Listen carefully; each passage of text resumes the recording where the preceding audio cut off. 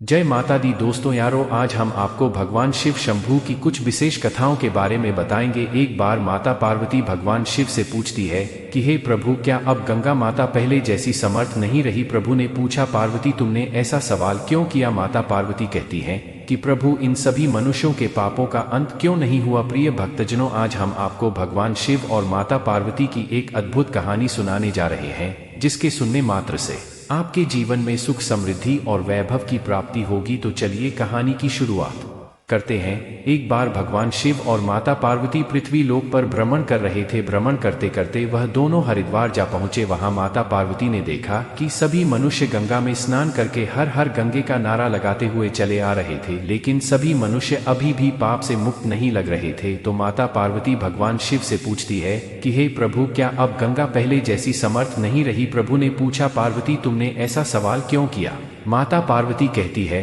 कि प्रभु, इन सभी मनुष्यों के पापों का अंत क्यों नहीं हुआ। अगर आप यह कहानी सुन रहे हैं तो पूरा सुनिए। इस कहानी को आधा अधूरा छोड़ने की गलती मत करिएगा, क्योंकि इस पत्र कहानी को पूरा सुनने से आपको मनचाहे फल प्राप्ति होगी। इसलिए इस कहानी पूरा सुने। अगर आप सच्चे शिव भक्त हैं तो महादेव का अनादर ना करें। भगवान शिव मुस्कुराते हुए कहते हैं कि पार्वती, गंगा तो अभी भी सर्व समर्थ है, लेकिन इन सभी ने पापनाशिनी गंगा में स्नान किया ही नहीं। माता पार्वती विस्मित होकर बोली, प्रभु, अभी अभी तो यह लोग गंगा में स्नान करके निकले हैं। इन लोगों के शरीर तो अभी सूखे भी नहीं है, और आप कह रहे हैं कि इन्होंने गंगा में स्नान किया ही नहीं। भगवान शिव कहते हैं, पार्वती, इस बात का भेद मैं कल तुम्हें बताऊंगा। प्रिय भक्तों, यह कहानी बहुत ही शिक्षाप्रद है, इसलिए ध्यान रखें कि कहानी के अंत तक बने रहे, क्योंकि आधी अधूरी कहानी से आपको आधा ही ज्ञान प्राप्त होगा, जो जीवन में कभी भी काम नहीं आएगा, और आधा लिया गया ज्ञान हमें नुकसान भी कर सकता है। अगले दिन सुबह बारिश होने लगी और सभी रास्ते पानी और कीचड़ से भर गए। भगवान शिव एक वृद्ध का रूप धारण करके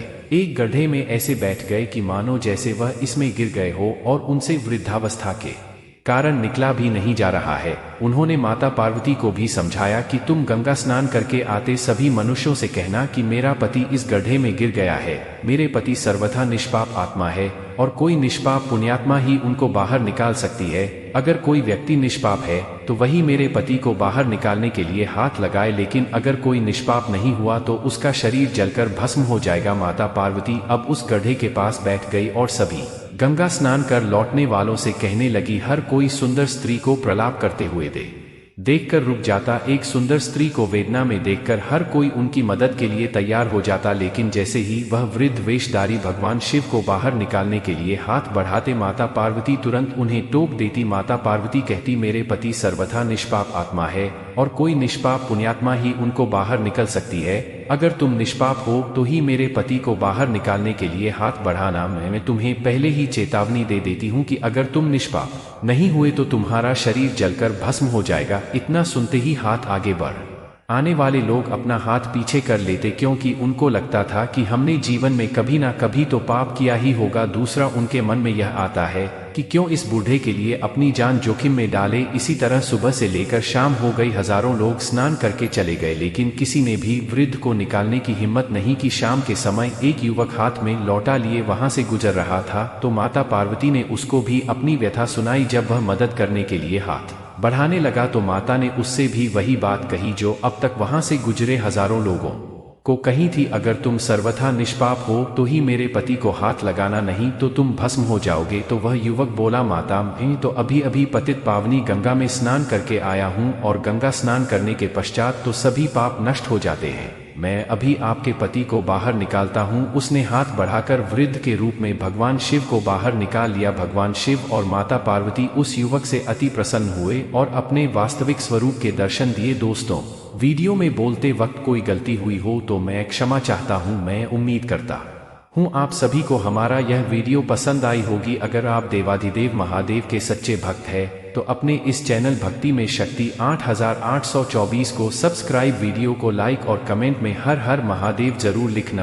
एक बार माता पार्वती भगवान शिव से पूछती है कि हे प्रभु, क्या अब गंगा माता पहले जैसी समर्थ नहीं रही। प्रभु ने पूछा, पार्वती तुमने ऐसा सवाल क्यों किया। माता पार्वती कहती हैं कि प्रभु, इन सभी मनुष्यों के पापों का अंत क्यों नहीं हुआ। प्रिय भक्तजनों, आज हम आपको भगवान शिव और माता पार्वती की एक अद्भुत कहानी सुनाने जा रहे हैं, जिसके सुनने मात्र से आपके जीवन में सुख समृद्धि और वैभव की प्राप्ति होगी। तो चलिए कहानी की शुरुआत करते हैं। एक बार भगवान शिव और माता पार्वती पृथ्वी लोक पर भ्रमण कर रहे थे। भ्रमण करते करते वह दोनों हरिद्वार जा पहुंचे। वहां माता पार्वती ने देखा कि सभी मनुष्य गंगा में स्नान करके हर हर गंगे का नारा लगाते हुए चले आ रहे थे, लेकिन सभी मनुष्य अभी भी पाप से मुक्त नहीं लग रहे थे। तो माता पार्वती भगवान शिव से पूछती है कि हे प्रभु, कि प्रभु, इन सभी मनुष्यों के पापों का अंत क्यों नहीं हुआ? अगर आप यह कहानी सुन रहे हैं तो पूरा सुनिए। इस कहानी को आधा अधूरा छोड़ने की गलती मत करिएगा, क्योंकि इस पत्र कहानी को पूरा सुनने से आपको मनचाहे फल प्राप्ति होगी, इसलिए इस कहानी पूरा सुने। अगर आप सच्चे शिव भक्त हैं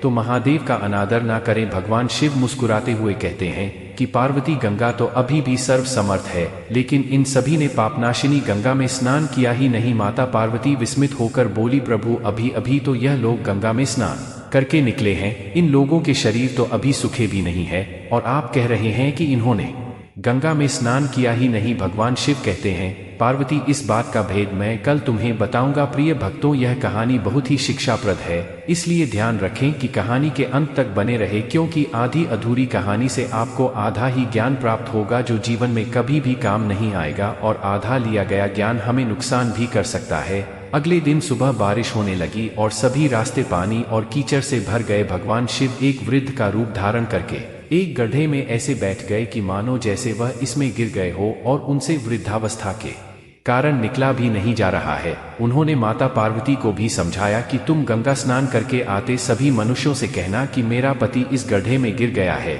मेरे पति सर्वथा निष्पाप आत्मा है, और कोई निष्पाप पुण्यात्मा ही उनको बाहर निकाल सकती है।